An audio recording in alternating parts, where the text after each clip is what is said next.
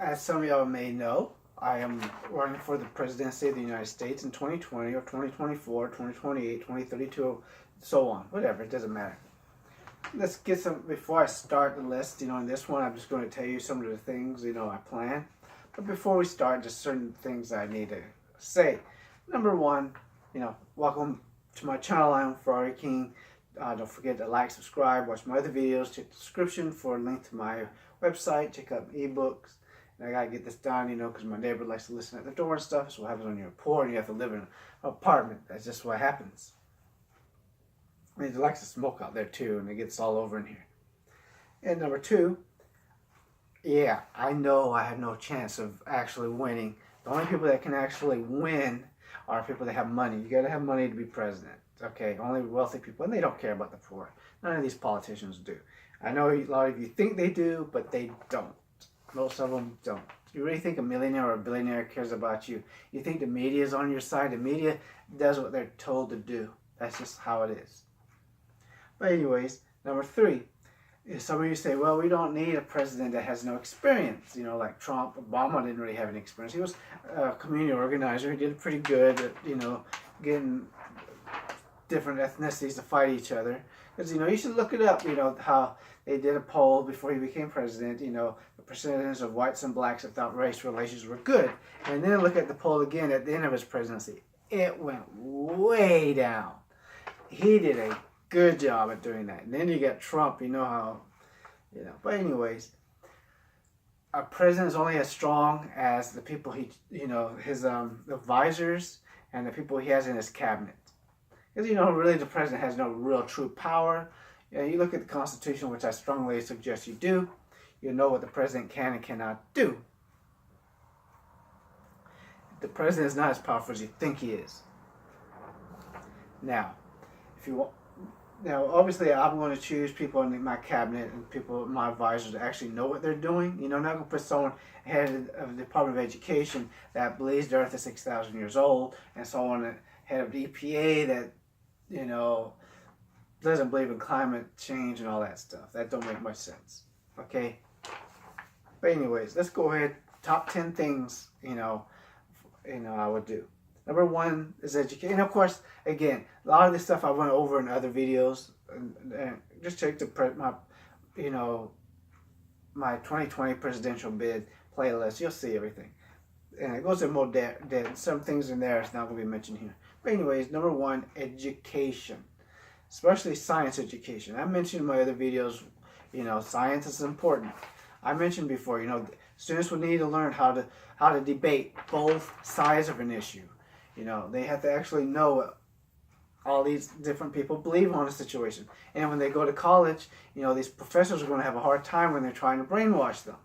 Because they want their own ideology taught, and that's the part with the education thing is people want education to be cheap. College education to be cheap or be free. Now, here's the problem. There are a lot of useless degrees in colleges and universities. I'm not going to fund them, okay? That's why we're going to have somebody head of the Department of Education that just isn't going to fund some of these worthless degrees. And there are a bunch of worthless degrees. We all know what they are. Gender studies, stuff like that. Nonsense crap. If you want to take a class in that, that's fine. The college can pay for it. And you get the class, which won't count for nothing. It's just a credit you're just spending your own money for. That's just how it is. And of course, in regular, schools, children will have free breakfast and lunch. All of them. Dinner, schools will provide like take-home dinners for students whose parents make below a certain amount of money. And I've explained in my other videos how all this stuff will work. And of course with advisors and stuff, that's what we're going to do. Number two is crime. I've discussed this too, again, like I said before, and I'm going to say it again here. First off, we're going to decriminalize, not make it legal, but decriminalize all drugs and even prostitution. Now, I know what you're saying, but here's why. First off, those people can be helped now. It'll be easier to help them. However, pimps, johns, drug dealers will go to prison for a lot longer time. So good luck on that. So if you're going to sell drugs, you go into prison for a while. But if you're using drugs, don't worry about it. Marijuana will be legalized. Term limits. All politicians, of course, it's not up to me here, obviously. And let's face it, a representative or a senator is not going to say, yeah, I think it's a good idea that we only serve for 12 years. But I believe no one should be in any particular office more than 12 years. And no one should be a politician for more than maybe 28 years. As these lifelong politicians, what happens, they move too far to the left or too far to the right. They can no longer agree on anything or speak to each other or anything. They're just too whack in the head, and they get too entrenched, too corrupt, and they're taking way too much money from special interests. It'd be far more difficult for these special interest groups to make a relationship with these politicians and have them in their pocket when they're going to be out of office in a few years. 4, guns. Now, I've already described it. We already know. Yeah, there's nobody trying to take away your guns. But let's face it, there has to be certain gun laws. The ones that are on the books will definitely be enforced. There'll be a waiting period. No one under 21 will be able to buy a gun.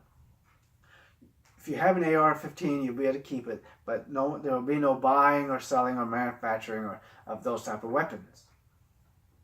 Yeah, I know what you're going to say in the comments, but that's fine. Go ahead and say that stuff. You're just proving my point about gun owners if you say bad stuff. Remember that.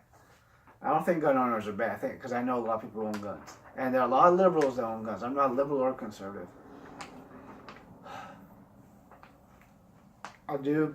It's just, common sense. There are other precautions too, we'll take when it comes to guns. Anyone who buys a gun will need to learn how to use it and keep it safe and protect it. There's no reason why you shouldn't learn how to use a gun. And of course, again, with education, let's go back, but first aid and CPR will be taught. They need to learn first aid CPR. They have to learn, of course, logic, critical thinking, science, how science works, scientific theory. I believe art and music should be in schools. Students should learn art and music. You can't just have them learning science and stuff all the time. You got to have some fun. And science is fun, but you know what I'm saying. To me, art was not fun, but science was fun. But some people, the other way around. Immigration. There's just really, if you think about it, there's no decent or intelligent way to defend illegal immigration. There just isn't. That's why when people try to defend illegal immigration, they just simply say immigrants. Oh, they're just against immigrants. They leave out the illegal parts. They know they cannot defend illegal immigration. They know it. So obviously there would be a crackdown on illegal immigration like it's already going on. The wall and all that stuff, that's ridiculous. But there'll be a... Sorry about that. But there's going to definitely be... We're still going after illegal immigrants. And of course, if whatever laws are broken protecting these illegal immigrants, we're going to prosecute people that try to protect illegal immigrants. Foreign affairs, again, with foreign affairs number 6, that's going to be more, that's why we have good advisors. 7th space program, I already said that, before. I'd like for us to have like space stations on the moon by at least middle of the century, and by near the end of the century, maybe space stations and mining on Mars, or probably most likely happen by the beginning of next century. Obviously, none of us are going to be alive to see it, but we can lay the groundwork. 8, monopolies, such as Google, internet providers and all that stuff. We're going to have to break down. You can't have Google controlling the entire internet, and then they want to control what you can see and hear, and it's always going to be their ideology. That is not good. And net neutrality, what I want to do with that. We're going to have net neutrality. And of course, we break up these cell phone companies and stuff like that, so you get better service, faster internet speed, better phone service. All this stuff will improve. Taxing churches, number 9, will definitely be taxing churches.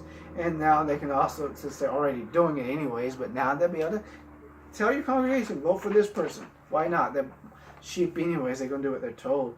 10, we're going to spend more money on infrastructure. And, watch my other videos because I go in depth, how I'm going to do all these things. And yeah, I know I have no chance. Okay? This is just for fun.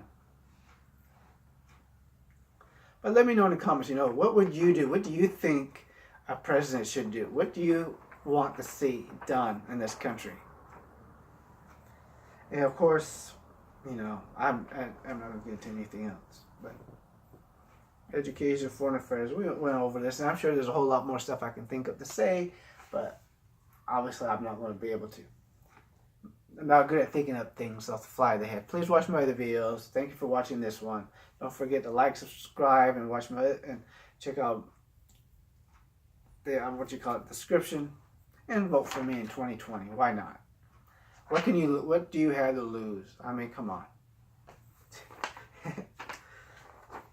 Thanks for watching.